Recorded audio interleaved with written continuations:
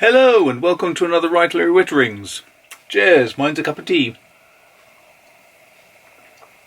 Now, some people have been asking, what sort of pens do I like to use when sketching? Now, my personal favourites, if I'm going to be sketching with an ink of some sort, is a simple dip pen with a nice flexible variable nib. So here we've got a good dip pen, a Takikawa, with a beautiful flexible little nib, which I got from Cult Pens many years ago. I like these because they do give you a huge amount of line variation. They're great for doing sketches, and then you can obviously wash over the top if you've got a good water resistant ink and make fabulous watercolours. Or you can put the colour down first and then use the ink to just highlight what you want to. But that's not always very convenient. When I take my carry-out bag, I've always got a small bottle of black ink which I can dip into. But it's not very convenient if you're going to be sitting on a park bench or something, having a bottle of ink that could spill everywhere. So it's a lot more convenient to carry a fine liner or something similar. And I do carry occasionally a fountain pen like a Preppy. I think Preppies are brilliant. They are very effective as fountain pens. You can get them with either the standard platinum ink cartridge, which is great, holds a lot of ink, or if you're like me, you buy a little converter which fits inside the feed, and then it will take any standard international size cartridge. So that's one solution that I've tried in the past. It does work very well, but in the last 4 years I think I've moved over.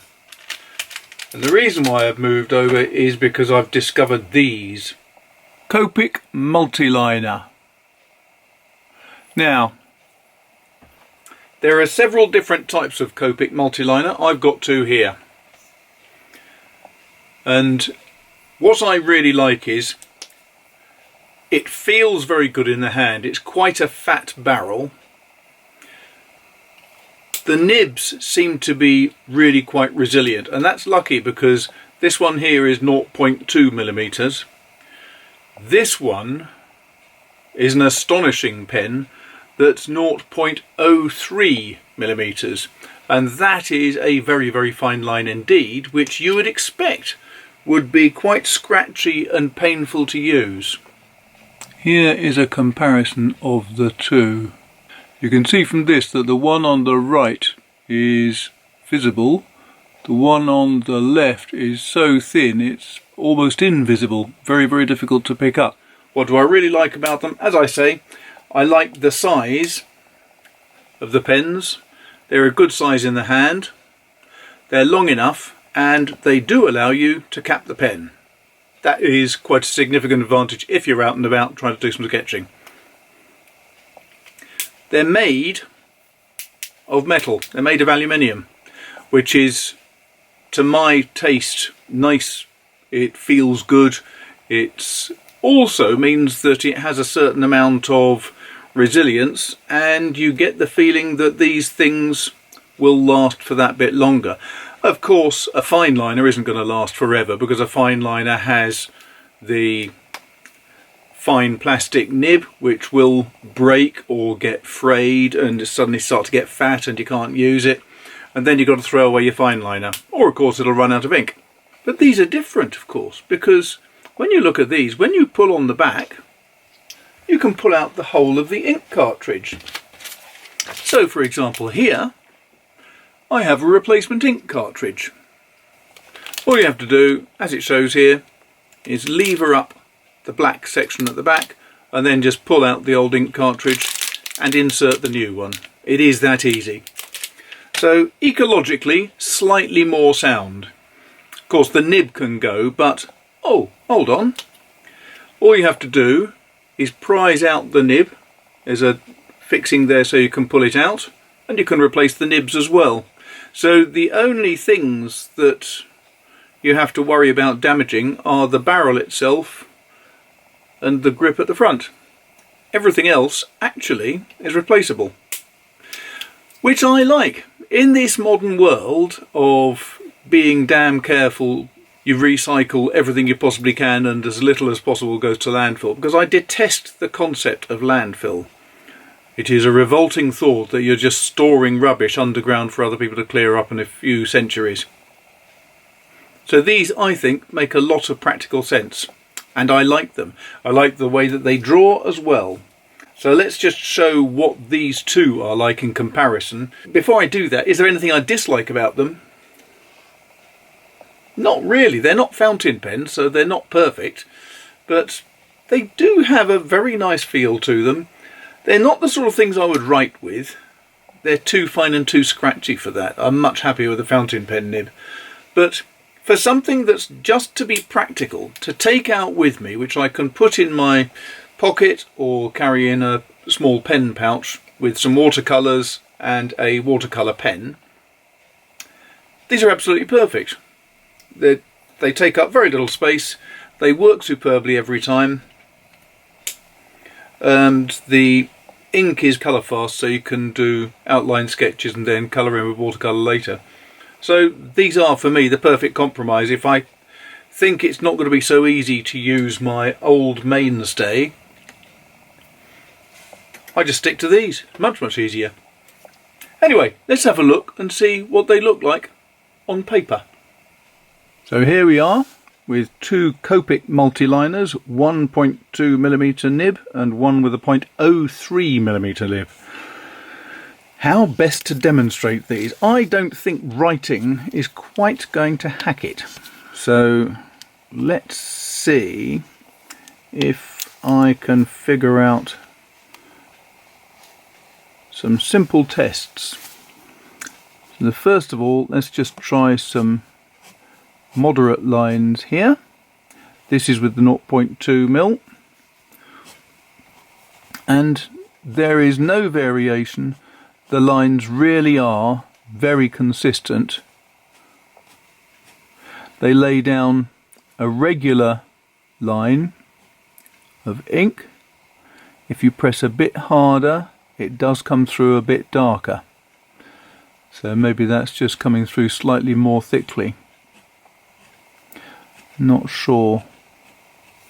But if you've got something like a building and you just want to sketch it out very quickly. Okay, so there we go. We have a building, some windows, so a nice central door.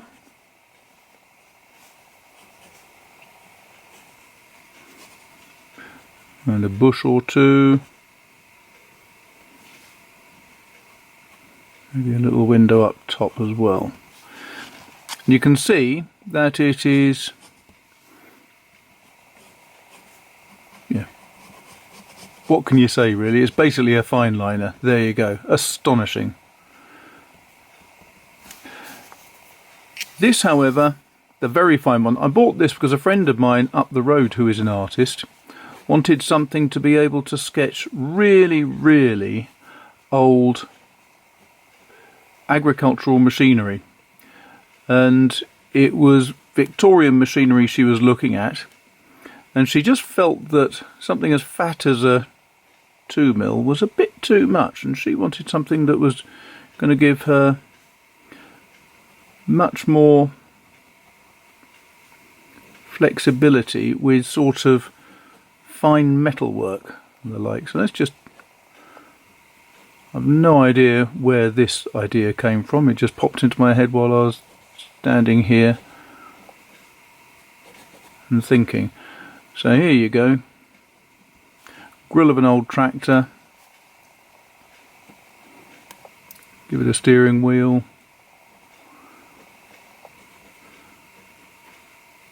Give it a nice cooling side there. Couple of steps and things. Hopefully that makes sense. And then if I look at a similar thing to the building above, let's just do a quick window there, bit of bush there. You can see if you're doing simple buildings, this really is just a delight, because you can lay down very, very fine lines and then maybe pick up certain details if you want to later. So you could put in some blocks for the stonework. But it's very, very flexible as a pen, very convenient, and of course because it's finer, 0.03 means you can have much lighter shading. Not so easy to shade lightly with the 0.2mm. I'd say the 0.2mm is fine for really big blocky buildings, but for my money the 0.03 is much, much more effective. In terms of lines, it's not as consistent as the 0.2. Reason being, I assume that with something that's only 0.03 you've got to move the pen really quite slowly to be able to get consistency. The faster you go, the lighter it's going to be. But I don't think that's a problem. I think it works really, really well. Put some grass around the wheels there, around the shadow. There you go, two really dreadful rough sketches to show off what the Copic Multi Liner 0.02, 0.03 are actually like.